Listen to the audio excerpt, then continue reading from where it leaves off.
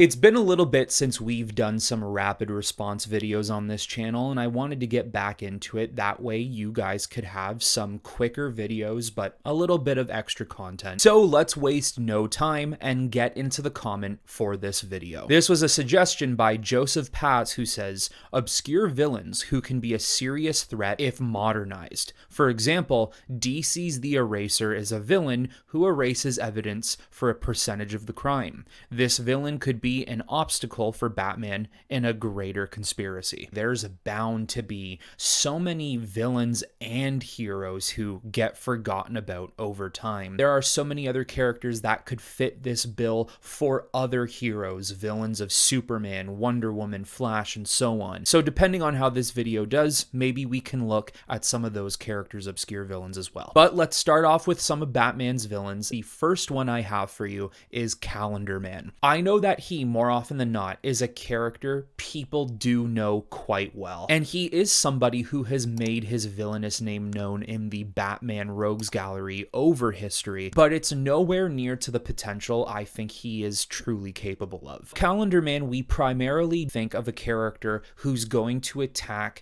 the holidays of every single year in every month. What if we made the character a little more in depth and in fact does attack or plan certain schemes and plots on random days of the year? His intelligence, his information should all lie on what every single day of the year holds and how he can manipulate it to toy with Batman or complete the particular goal he wants to complete. Now, to modernize Calendar Man, you don't need to do something where all of a sudden you change him into a character who can now face off against Batman physically. We don't need to do stuff like that. I think a very interesting thing you could do with Calendar Man is to relive the events of what made Gotham City. Gotham is one of the most crime-riddled places in all of the world of the DC universe. There must have been something in Gotham over the years that has bred so much death and violence. Calendar Man understands and knows the truth behind the creation of Gotham and what has made this city so crazy. Maybe some very sick and twisted and horrible events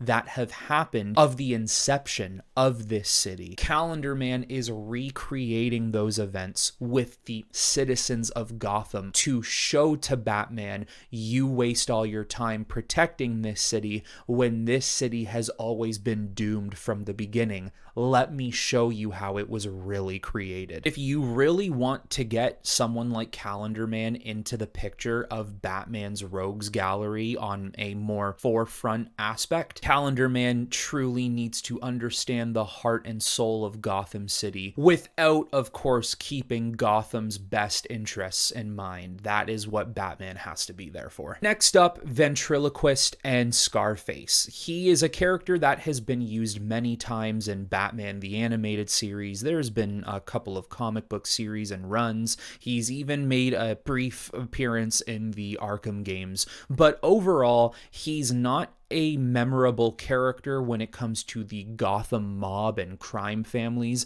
in which you would think of the Ventriloquist and Scarface, which is also how he should be primarily used. Now, an idea I had for him, and I don't really know how this would be taken, Arnold Wesker is creating Scarface in a Pinocchio type of scenario, and when creating this lifelike robotic puppet who kind of has a mind of his own, it just takes a completely wrong turn. Wesker becomes the puppet himself to Scarface. Overall, the one thing I do think you need to do with these two characters is to make them more of a presence within the crime world of Gotham City. Make them big players alongside characters like the Falcons, Penguin, and Black Mask. Then I went with Film Freak. This was a guy who had a late night TV studio show where he would display amateur films made by people under him, and those people also operated his crimes like robberies. He is a sick individual who will do some of the most heinous things on camera and to those people who are in front of the camera. His true nature is remain to be unknown. He has the face and the look of somebody who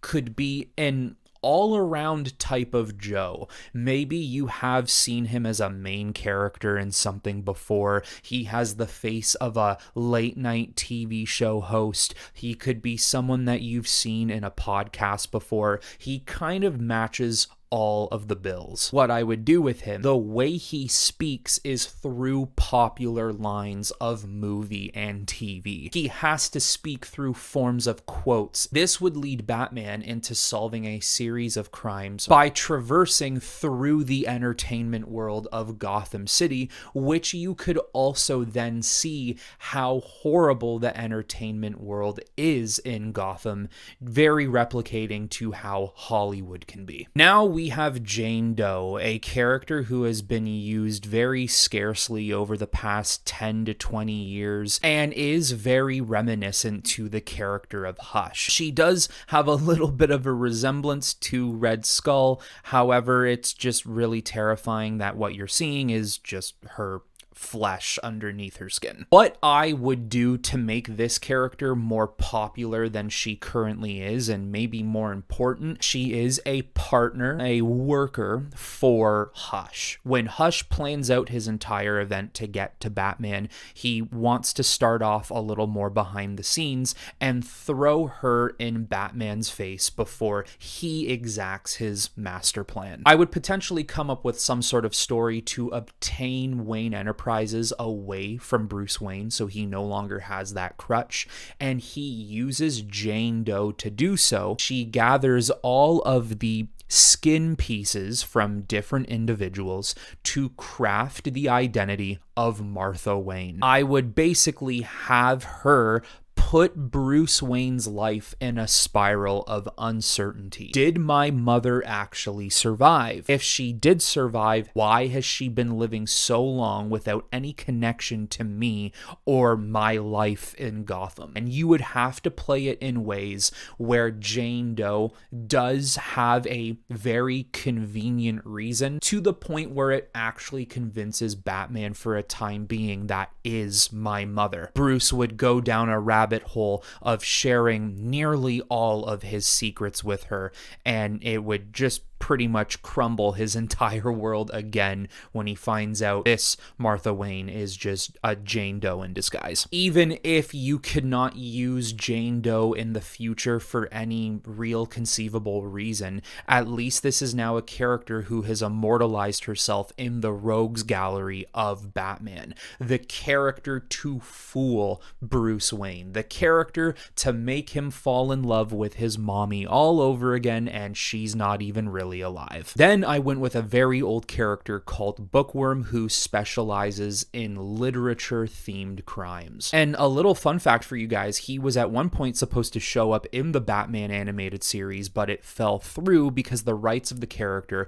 was held by the American Broadcasting Network and not DC. There's probably many ways you could change this character's motives from how Film Freak would work, but I do believe both of these characters to work very similarly in their methods. A lot of Bookworm's plots and planning would be written through books or a various amount of texts in which Batman would have to follow those clues.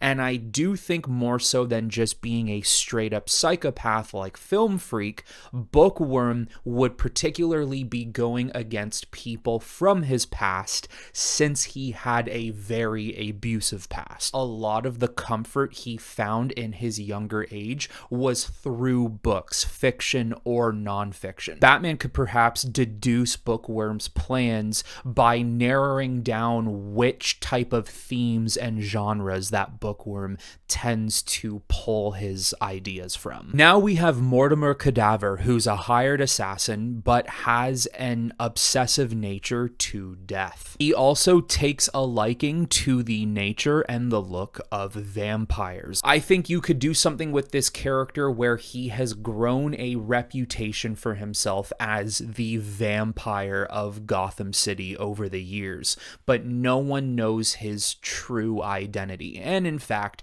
he really is no vampire in the first place. However, he does have a hypnosis ability and a terminal brain tumor. The brain tumor is killing him, but it is also giving him the abilities of hypnosis. He can use that to lure people into his domain, in which he could treat the situation as if he is a vampire himself, and then he does what he does best. I would do something as well where Kadaver was responsible for the death of many popular people and many notable names in Gotham City over the years, which their deaths and disappearances have never been able to be explained. And then we have Dr. Death. Technically, Batman's first traditional villain and someone who has been used relatively recently. But to make him a little more popular, a little more modernized, I would kind of change the way the character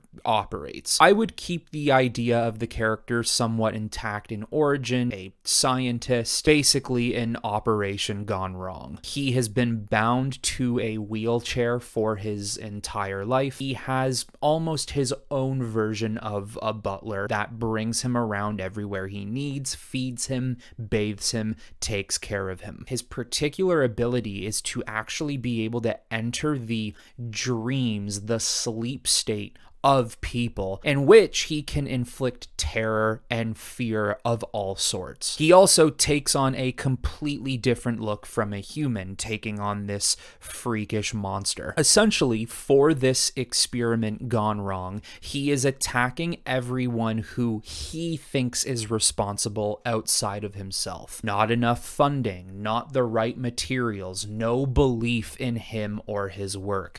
And he's going around trying to murder these people that he thinks did him wrong within that particular company. When you look at Carl Helfern, or Dr. Death, he looks completely innocent. This is someone who's kind of just a vegetable in his wheelchair. He can't walk, he can't talk. The most he can really do is just stare at you. A lot of my inspiration for some reason came from Stryker's son from X-Men 2. Use that as kind of a base of the character, except a lot older. As Dr. Death can enter the dream state of many of these people he despises, when he kills them in those sleeping states, you can't really draw too much of a connection to how they're dying. They just look like they're naturally dying through sleep. But what they are going through in their dreams is pure torment. Dr. Death is putting them through some of the worst ways they could potentially die. And Batman would need to figure out the true abilities of Dr. Death and how Carl is lying. But there you go, guys, some obscure villains of Batman that I think you could modernize and make into serious threats for the Dark Knight. Now, there are a lot of villains you could get into, and there are even some that I left off the list.